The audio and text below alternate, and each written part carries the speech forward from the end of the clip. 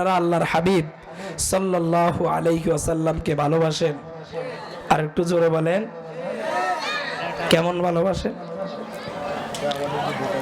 আল্লাহর নবী সাল্লাল্লাহু আলাইহি ওয়াসাল্লাম ইরশাদ ফরমান, লা ইউমিনু আহাদুকুম হাত্তা আকুনা হাব্বা ইলাইহি মিন ওয়ালিদিহি ওয়া ওয়ালাদিহি ওয়ান নাসি আজমাইন। যতক্ষণ পর্যন্ত আমি নবীকে তোমার জীবনের চাইতে, তোমার ছেলের চাইতে, তোমার মেয়ের চাইতে, তোমার বিবির চাইতে, তোমার ব্যবসার চাইতে, তোমার সব কিছুর চাইতে যতক্ষণ পর্যন্ত আমি নবীকেই বেশি ভালো না বাসবা, ততক্ষণ পর্যন্ত লা ইউমিনু মুমিন হতে পারবা না। নাউজুবিল্লাহ। উহুদের যুদ্ধ শেষে মদিনায় সংবাদ ছড়িয়ে পড়ল, কুতিলা মুহাম্মাদুর রাসূলুল্লাহ সাল্লাল্লাহু আলাইহি ওয়াসাল্লাম কতল হয়ে গেছে, শহীদ হয়ে গেছে।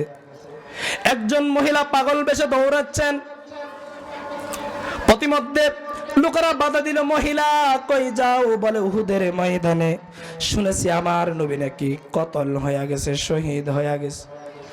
লোকেরা ডাক দিয়ে বলল, মহিলা শুনছে নাই, একটু আগে দেখে আসলাম তোমার কলিজার টুকরো সন্তানটাকে কাফেরেরা কেটে টুকরো টুকরো করে দিয়েছে।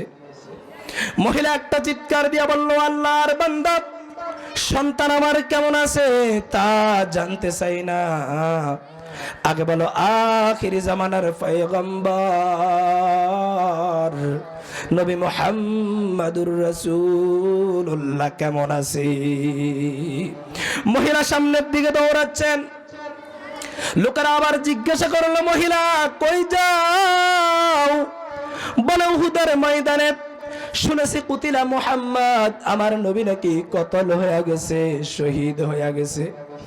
লোকেরা ডাক দিয়ে বলল, মহিলা একটু আগে দেখে আসলাম তোমার স্বামীকে কাফেরেরা কেটে টুকরো টুকরো করে দিয়েছে, দেহ থেকে মাথাটা আলাদা করে দিয়েছে, শরীরটাকে রক্তাক্ত করে দুনিয়া থেকে বিদায় করে দিয়েছে, শহীদ করে দিয়েছে। মহিলা একটা ডাক দিয়ে বলল, আল্লাহর বান্দা, সন্তান আমার কেমন আছে তা জানতে চাই না, স্বামী আমার কেমন আছে তা জানতে চাই না, আগে বলো আখিরি জামানার পয়গম্বর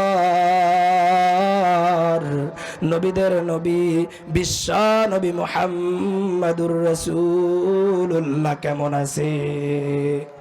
লা ইউমিনু আহাদুকুম হাত্তা আকুনা আহাব্বা ইলাইহি মিন ওয়ালিদিহি ওয়া ওয়ালাদিহি ওয়ান নাসি আজমাইন। আল্লাহর নবী সাল্লাল্লাহু আলাইহি ওয়াসাল্লাম সাহাবায়ে কেরামদের মধ্যে যুদ্ধের ঘোষণা দিলেন।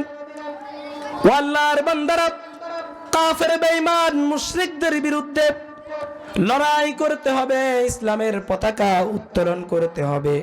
ওই কাফের বেঈমান মুশরিকদের বিরুদ্ধে লড়াই করার জন্য, জিহাদ করার জন্য কে কে প্রস্তুত আছো? সমস্ত সাহাবায়ে কেরাম জিহাদের প্রস্তুতি নিচ্ছেন। একজন মা তার কলিজার টুকরো সন্তান, দুধের সন্তান নিয়া আল্লাহর নবী সাল্লাল্লাহু আলাইহি ওয়াসাল্লামের কাছে হাজির করলেন। ডাক দিয়া বললেন, ওগো আল্লাহর পয়গম্বর, আমার এই কলিজার টুকরো সন্তানটাকে আপনার সাথে যুদ্ধের ময়দানে নিয়ে যান। আল্লাহর নবী বললেন, মহিলা পাগল হইছো নাকি? তোমার এই সন্তান এখনো পর্যন্ত কাফেরদের বিরুদ্ধে লড়াই করার মতো কোনো শক্তি হয় নাই, না পারবে তলোয়ার চালাইতে, না পারবে কাফেরদের বিরুদ্ধে লড়াই করতে, না পারবে শত্রু মোকাবেলা করতে। ওই মহিলা ডাক দিয়া বলল, ও আল্লাহর পয়গম্বর, আমিও জানি আমার এই কলিজার টুকরো সন্তান তলোয়ার চালাইতে পারবে না, কাফেরদের বিরুদ্ধে লড়াই করতে পারবে না। ও আল্লাহর নবী, যুদ্ধের ময়দানে ওই কাফের বেঈমান মুশরিক গুলো যখন আপনার প্রতি তলোয়ারের আঘাত করবে, তীরের আঘাত করবে, ওই মুহূর্তে আবার কলিজার টুকরো সন্তানটাকে ডাল স্বরূপ ব্যবহার করবে। ওই কাফেরদের তীরের আঘাত আমার কলিজার টুকরো সন্তানের বুকে লাগবে। আমার সন্তানের বুক দিয়ে কাফেরদের তীর প্রবেশ করবে। কাফের বেঈমান মুশরিকরা যখন আপনাকে তলোয়ার দিয়ে আঘাত করবে, আপনি ঢাল স্বরূপ আমার কলিজার টুকরো সন্তানটাকে এইভাবে ধরবেন।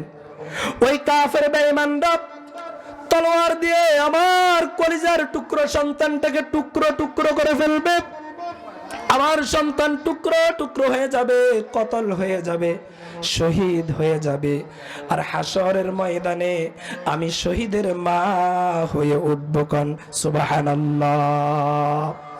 ও আল্লাহর বান্দারা, যুবক ভাইয়েরা, মুরব্বী বাবারা, পর্দার আড়ালে অবস্থানরত আমার মায়েরা, বোনেরা, সাহাবায়ে কেরাম আল্লাহর নবীকে এত ভালোবাসতেন, এত ভালোবাসতেন, নিজের বিবির চাইতেও বেশি ভালোবাসতেন, নিজের সন্তানের চাইতেও বেশি ভালোবাসতেন, নিজের স্বামীর চাইতেও বেশি ভালোবাসতেন, নিজের জীবনের চাইতেও আল্লাহর নবী সাল্লাল্লাহু আলাইহি ওয়াসাল্লামকে সাহাবায়ে কেরাম বেশি ভালোবাসতেন। কোন সুবহানাল্লাহ। তুমিও দাবি করো মুসলমান, তুমিও দাবি করো ইমানদার। আজকে তোমার বাড়ির দরজায় এত সুন্দর আয়োজন, তুমি এখনো মাহফিলের প্যান্ডেলে আসতে পারলা না। আল্লাহর নবী যদি জিজ্ঞাসা করো, উম্মত, আমার ওই রক্ত মাখা দিনের কথা তুমি কি শুনো নাই? আমার মাথায় লোহার হেলমেট ভেঙে ঢুকছে, তুমি কি শুনো নাই? ও উম্মত, আজকে কি নিয়ে আমার শাফায়াতের জন্য আসছো? আমি নবীর ভালোবাসা তোমার মধ্যে কি পরিমাণ আছে? আল্লাহর নবীকে সাহাবায়ে কেরাম জীবন দিয়ে ভালোবাসতেন। আর একটু সময় দিয়ে আজকের এই মাহফিলে এসে বসে আখেরি মুনাজাত পর্যন্ত থেকে আল্লাহর নবীর ভালোবাসার প্রমাণ দেওয়া যাবে তো ইনশাআল্লাহ? আর জোরে বলেন, যাবে তো ইনশাআল্লাহ? আল্লাহ সবাইকে কবুল করুক বলে আমিন।